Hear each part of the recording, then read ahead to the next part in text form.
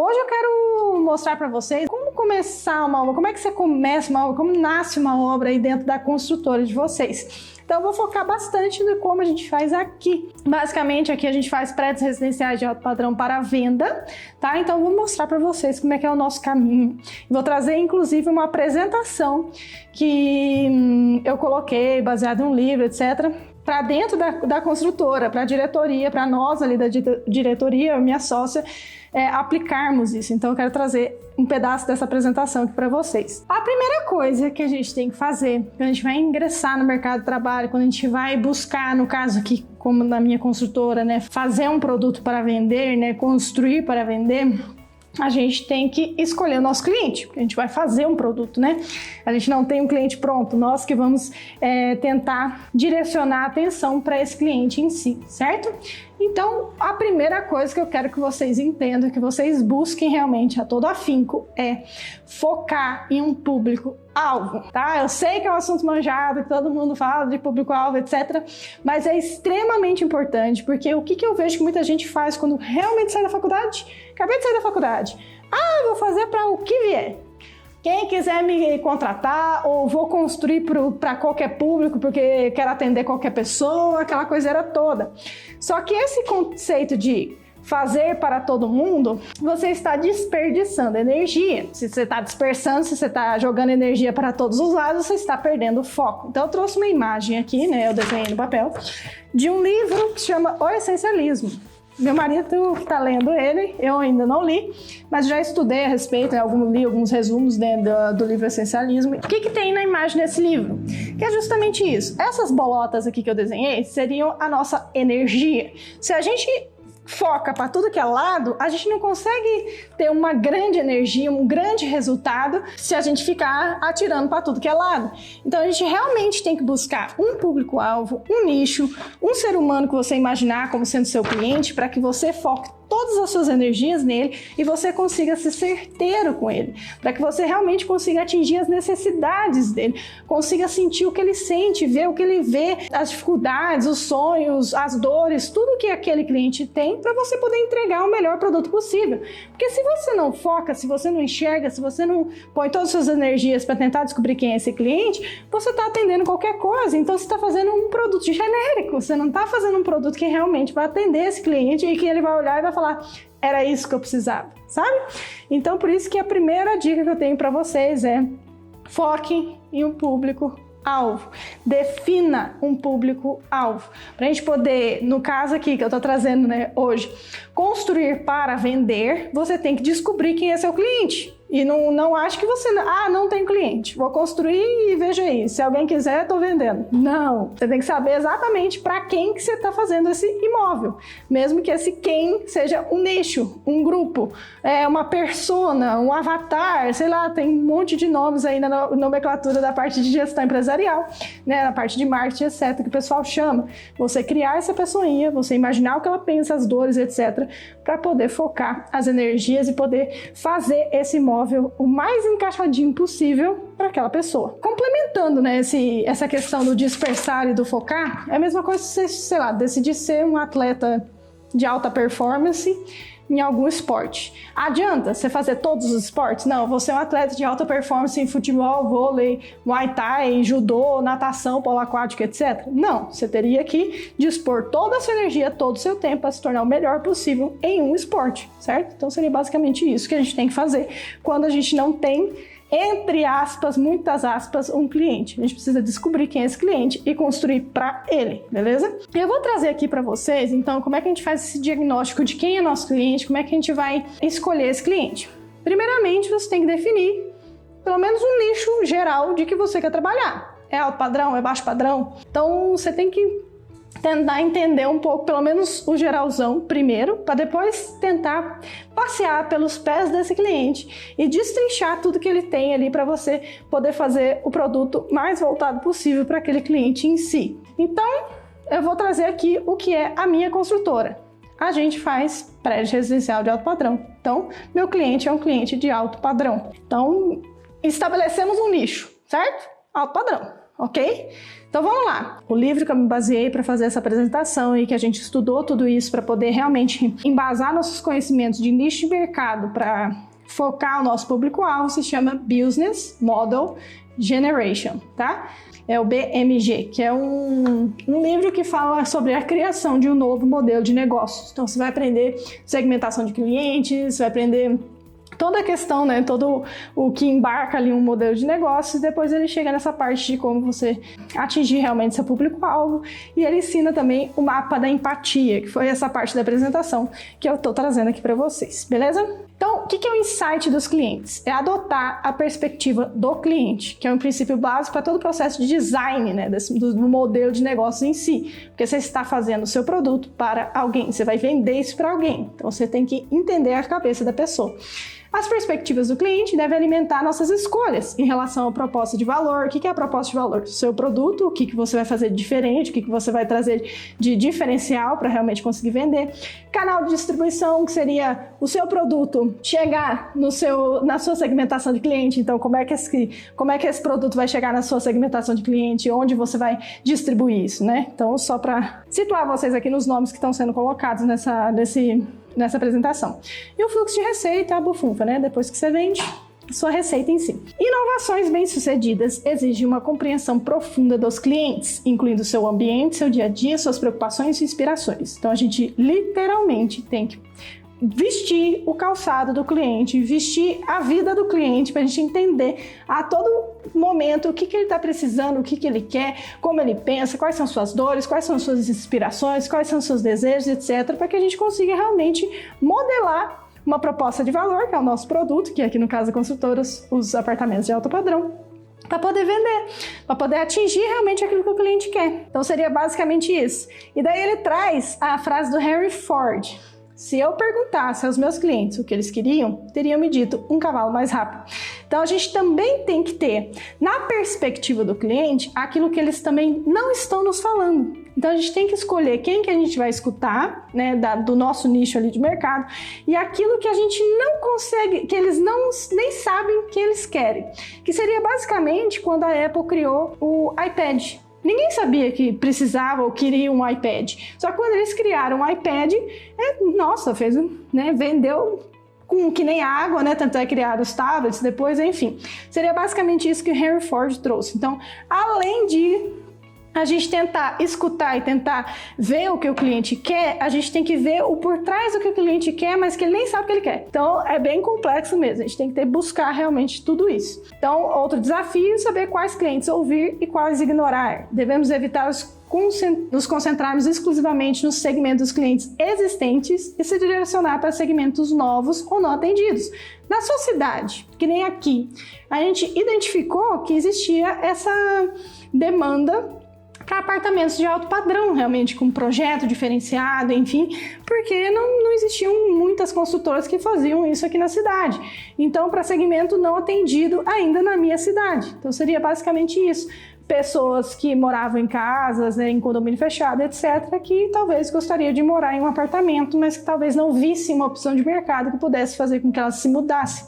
Então, a gente conseguiu achar esse nicho não atendido para poder ingressar no nosso mercado. Aqui no livro ele traz exatamente isso, porque o que a gente tem normalmente à cabeça? A gente começa a pensar o que eu quero vender, o que eu quero projetar, o que eu quero, né, trazer para o mundo aqui, né?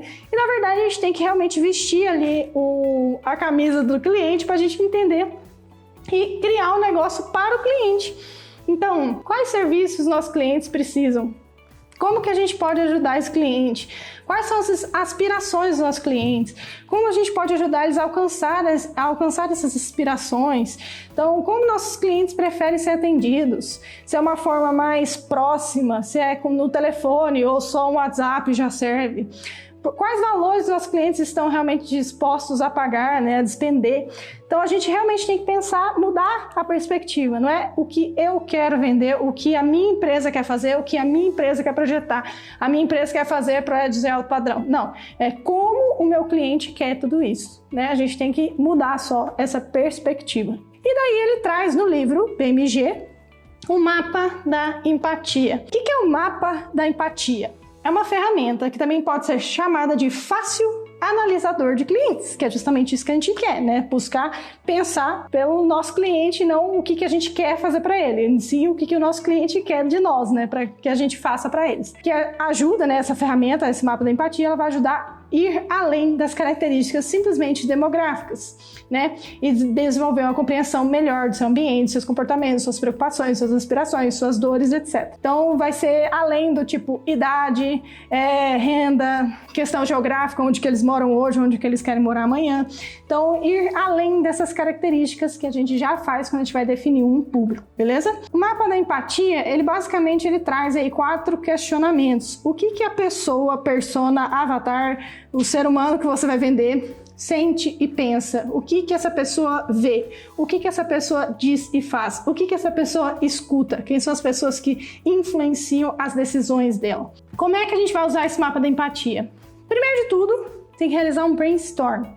Brainstorm acho que é um conceito bastante difundido já, mas de qualquer forma eu vou só explicar rapidamente, mas brainstorm, que é tempestade de ideias, sei lá, serve você, sem filtro, trazer o máximo de ideias possível, prezando a quantidade e não a qualidade de um pensamento. Por exemplo, vamos pensar agora, que nem que ele fala aqui, segmento de cliente que queremos atender. Então você vai lá, eu quero um alto padrão. Quem que é meu alto padrão? Meu alto padrão é a pessoa que gosta de comprar um carro X, que gosta do influencer Y, que gosta de assistir jornal, que gosta de rádio, que gosta de não sei o quê. Você joga na mesa, sem filtro nenhum, seria o brainstorm, sem pensar em qualidade, assim, em quantidade, para depois você ir filtrando, né, para conseguir aí boas ideias, né, porque senão se a gente fica filtrando demais, acaba que a gente restringe o nosso criativo, né, a nossa criatividade, beleza?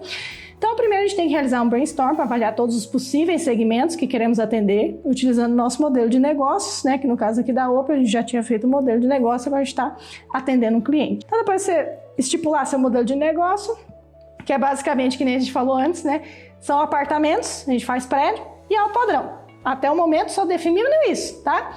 Então é isso aqui que a gente definiu até agora. Depois a gente deve escolher 3 candidatos promissores e selecionarmos um para o perfil. Como que é esse candidato? É literalmente criar um personagem, que o pessoal chama de persona, avatar, etc. Eu mais comumente chamo de persona. Que é você imaginar esse ser humaninho. Que no caso aqui da Opel Construtora, a gente imagina sempre uma família que já está bem estruturada, está bem sucedida, que os filhos já estão maiores, quase indo para a faculdade. Então você consegue imaginar um contexto familiar, consegue imaginar um ser humano ali. E por experiência nossa, a gente sabe que o processo decisório de quem vai comprar realmente apartamento é sempre da mulher. Mesmo se ela não é a detentora do poder financeiro, normalmente é a mulher que define, eu quero morar aqui, ou eu quero morar lá. Então, a gente sempre coloca a mulher, né, no nosso modelo de negócio aqui da construtora, como sendo o nosso público-alvo principal, que a gente tem que atender às necessidades dessa mulher em si, porque a gente viu aqui dentro da cidade que são elas as detentoras, né, as decisoras, que fazem a decisão realmente de se vai comprar ou não o apartamento. Mesmo quando é o marido que tem ali o poder financeiro, é elas que decidem. É bem assim. Então, isso é uma característica daqui. Beleza. Então, a gente escolheu a mulher, tá? Você pode escolher para fazer o mapa de empatia se fosse o marido ou os filhos. Você pode escolhendo as pessoas aí dentro do seu nicho que você vai vender, quem que você vai colocar no mapa da empatia para poder saber como que você vai se comunicar com essa pessoa para trazer o melhor proposta de valor, o melhor produto possível para esse nicho, certo? Então a gente dá a esse cliente um nome, algumas características demográficas, renda, estado civil, assim por diante, que a gente acabou de fazer esse processo aqui. E a gente procura responder a cada uma dessas perguntas que está no mapa da empatia. Então vamos lá. Vamos imaginar essa nossa mulher, que aqui no nosso caso aqui da construtora, é a que vai decidir se vai comprar ou não um apartamento. O que ela vê? O que seria isso? O que ela vive no ambiente dela? O que ela vê no ambiente dela? Como que é o ambiente dela? Ela gosta de tudo organizado, ela gosta de ter espaço, como são as coisas em torno dela, quem são seus amigos, aonde que ela vai, que academia ela frequenta, que restaurante ela frequenta, que tipo de oferta está exposta diariamente em relação até outros nichos de mercado, enfim, quais problemas ela encontra no dia a dia dela, são problemas financeiros, não são, são problemas relacionais, não são, enfim, o que essa pessoa vê, né? Quem que é esse público-alvo ali, essa pessoa que você escolheu do seu público-alvo, o que ela enxerga? A segunda coisa, o que ela escuta? Ou seja, quem são as pessoas que influenciam as escolhas dela? Então, o que os amigos dela podem influenciar em relação às decisões dela de compra de apartamento, enfim. O que o marido pode influenciar em relação a isso? Quem realmente vai influenciar? Quais canais e mídias são influentes? Ela escuta rádio? Ela assiste TV? Ela assiste Netflix? Ela assiste YouTube? Ela entra no Instagram? Ela usa Twitter? Enfim, tudo isso a gente tem que procurar para saber como ela pode ser influenciada, né? Então, o que ela vai escutar? Como ela vai ser influenciada? Se é um público jovem, poxa, quem que é o influenciador digital que essa pessoa assiste ou segue? Tudo isso a gente tem que buscar. Quem que são as pessoas que influenciam o modo de viver dessa nossa mulher e nosso público-alvo, né? No caso aqui da Opel, né? Essa pessoa que a gente coloca, né, como sendo uma mulher casada, com os filhos mais velhos, que já estão prestes a ir para a faculdade, né, uma vida mais estabilizada, né, vamos dizer assim, buscando uma vida mais prática, às vezes, quem sabe, morar numa casa muito grande, mas que dê muito trabalho, enfim, seria mais ou menos essa descrição da nossa persona dentro da Opel Construtora. O que ela sente e pensa, né? Tenta desenhar o que acontece na mente dessa cliente, né? No caso aqui dessa cliente. O que é importante para ela, que talvez ela não diria publicamente. Status é importante para essa pessoa. Ter um quarto com banheiro para o filho dela que já está indo para a faculdade, quando ele voltar para a casa dela, e ter essa suíte é importante para essa pessoa. É um banheirinho na lavanderia, né? Um banheirinho de serviço na lavanderia é importante para essa pessoa. A gente tem que buscar realmente essas emoções também por trás, que nem a gente falou em relação ao status, por exemplo, se for importante. O que motiva, né? O que pode manter ela acordada à noite, né? Então, questão das dores, né? O que ela diz e faz, né? O que é importante para ela? Onde ela trabalha? Com quem ela se relaciona e como ela se comporta em público? É uma pessoa que vai usar Instagram? É uma pessoa mais reservada? É uma pessoa mais comodida? Ou é uma pessoa mais espalhafatosa? Quais são os conflitos que essa pessoa pode estar envolvida, né? O que ela realmente pensa? E, gente, a gente tem que, como eu falei, tentar se vestir do nosso cliente para tentar entender tudo que a gente pode entregar de melhor para esse cliente. O que ele está buscando para a gente poder entregar. Simplesmente isso. Qual que é a dor, né? Então, na parte ali do sentimento, o que é a dor? O que faz essa pessoa, né, perder o sono? Quais são suas maiores frustrações? Poxa, não tem um posicionamento de status social que ela pudesse, sei lá, almejar? Quais obstáculos existem entre ela e o que ela quer e precisa obter? Por exemplo, a falta de um empreendimento de alto padrão na cidade, né, de apartamentos de alto padrão na cidade. Ela estava acostumada lá com a casa dela, mas agora que os filhos estão se mudando da cidade, ela gostaria de uma vida mais prática, mas que mantesse o padrão e toda aquela questão, né? Então, quais obstáculos existem entre ela e aquilo que ela quer ter? Quais riscos ela teme enfrentar? Poxa, será que vão caber todas as minhas coisas, né, da minha casa, dentro desse apartamento em si? Eu quero fazer essa mudança? Tem toda essa questão que a gente precisa realmente buscar. O que ganha cliente? O que ela realmente quer, eu preciso obter? Ela quer uma vida prática? Ela quer ir para o apartamento? Ela quer sair da casa com um quintal grande ou com muitos espaços, agora que os filhos estão indo lá para a faculdade e estudar em outro lugar? Como que é medido o sucesso dessa pessoa? Será que é através da formação dos próprios filhos? Ou que ela está em ascensão? Vai depender do seu público, realmente. Pense em algumas estratégias para utilizar para alcançar esses objetivos, essas pessoas, enfim. Então vamos lá. Agora que a gente tem assim, uma dimensão maior e tentou ao máximo conhecer como é que é esse nosso cliente, como é que ele age, como é que ele sente, etc., o que a gente pode buscar? a gente tem que encontrar agora um terreno para construir, né? Que nem eu falei para vocês, estou criando aqui um processo de nascer uma obra aqui dentro da construtora. Então, como é que a gente encontra esse terreno para construir? A gente tem que buscar, dentro desses sentimentos, dentro desse posicionamento que a gente fez, de acordo com aquele público-alvo, de acordo com aquela persona que a gente escolheu, onde que ela mora? Onde que ela gostaria de morar? Será que se eu fizer um apartamento de alto padrão em bairros um pouco mais afastados do centro, ela vai querer? Ou se eu fizer no centro em si, já seria o suficiente para ela, porque daí ela já vem sair da casona dela lá dos bairros, já vem morar para o centro para ter uma vida mais prática agora que os filhos estão indo para estudar, né? Que seria uma das nossas personas aqui dentro da construtora. Qual o tamanho desse terreno para a quantidade de apartamentos que você pensa em fazer? Prédios de alto padrão. Normalmente eles são 10 unidades por andar ou eles têm menos unidades por andar? Normalmente são menos unidades, né? 2, 1 unidade por andar. Ou em prédios assim, em cidades maiores, você vê ali 4 por andar, mas não cresce mais do que isso, até porque senão seria uma torre muito gigante, né? Porque são apartamentos um pouco maiores. Então, qual que é o tamanho desse terreno que você precisa buscar? Aqui dentro da construtora a gente busca terrenos de pelo menos aí 600, 700 metros quadrados, que daí seria possível fazer 2 apartamentos por andar, ia 180 metros quadrados, 150, enfim. E se for fazer um por andar, daí 340 metros quadrados, se for fazer uma cobertura, dá pra fazer um apartamento duplex, enfim, um pouco maior. Então, para nós é muito importante essa questão da localização, obviamente, né, para todo mundo, na verdade, né, a localização, onde seu cliente quer morar. Onde que ele busca, o que tem em volta desse local que é importante para o seu cliente.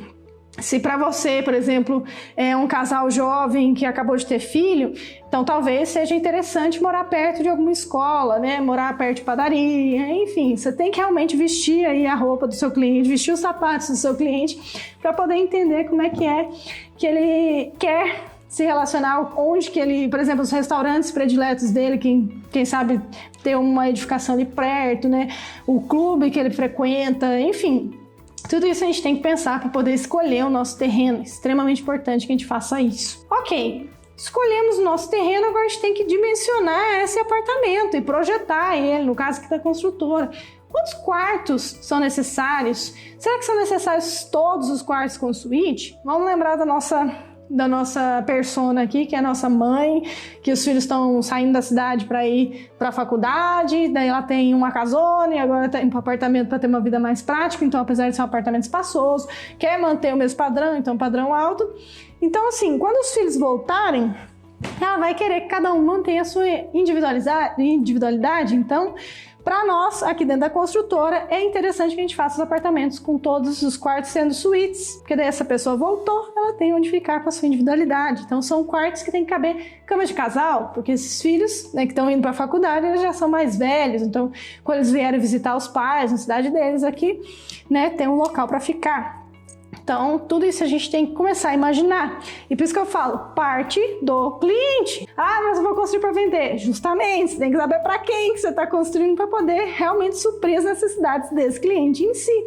Então, por exemplo, aqui na cidade, as pessoas, se fosse para mim, Maria Fernanda, vou construir um apartamento para mim, eu não precisaria de um banheirinho de serviço dentro da lavanderia. Para mim não tem muita necessidade, mas para o meu público-alvo aqui dentro da cidade, eles gostam do banheirinho dentro da lavanderia. Para mim, Maria Fernanda, não precisaria ter 2 entradas no apartamento, uma social entrando pela sala, com uma porta maior, bonitona, e uma de serviço pela lavanderia. Mas aqui, o nosso cliente, a gente percebeu que sim, que precisa. Então, a gente tem que ter essa percepção realmente para poder trazer tudo isso que o cliente quer, para que ele, né, se deslumbre com o produto que você está fazendo, certo? Então, aqui no caso, construindo para vender. Varandas, gourmet, luz, iluminação, uma coisa que já faz parte do nosso projeto, já é uma característica nossa e que a gente vê que realmente faz a diferença para esse nosso cliente. Integrar a família, né? Ser um apartamento, você tem que começar a pensar como que essa pessoa vai viver ali dentro. Se você está fazendo um estúdio para um estudante, por exemplo, você tem que projetar um espaço ali que ele tenha a sua mesa de estudo, porque é extremamente importante para essa pessoa estudar, por exemplo. Para nós ali dentro da construtora, os apartamentos de alto padrão ali, o que a gente faz? Essa integração da cozinha com a sala, com a varanda gourmet, porque é aquela coisa de família, né? Quando receber os filhos, quando receber as pessoas, local ali realmente mais juntinho, mais familiar, né? Que promova essa integração, tá? E aí, né, que a gente fala, projetar de dentro para fora, né, sentindo o que o cliente quer, para a gente conseguir realmente estabelecer ali até os fluxos de dentro desse apartamento, de como que o cliente vai viver ali dentro. E a gente tem que olhar o plano diretor da nossa cidade. O que é o plano diretor da nossa cidade vai trazer? Os parâmetros urbanísticos, são as regras, as regrinhas que vão ser impostas de como você vai fazer esse apartamento, esse prédio, essa construção.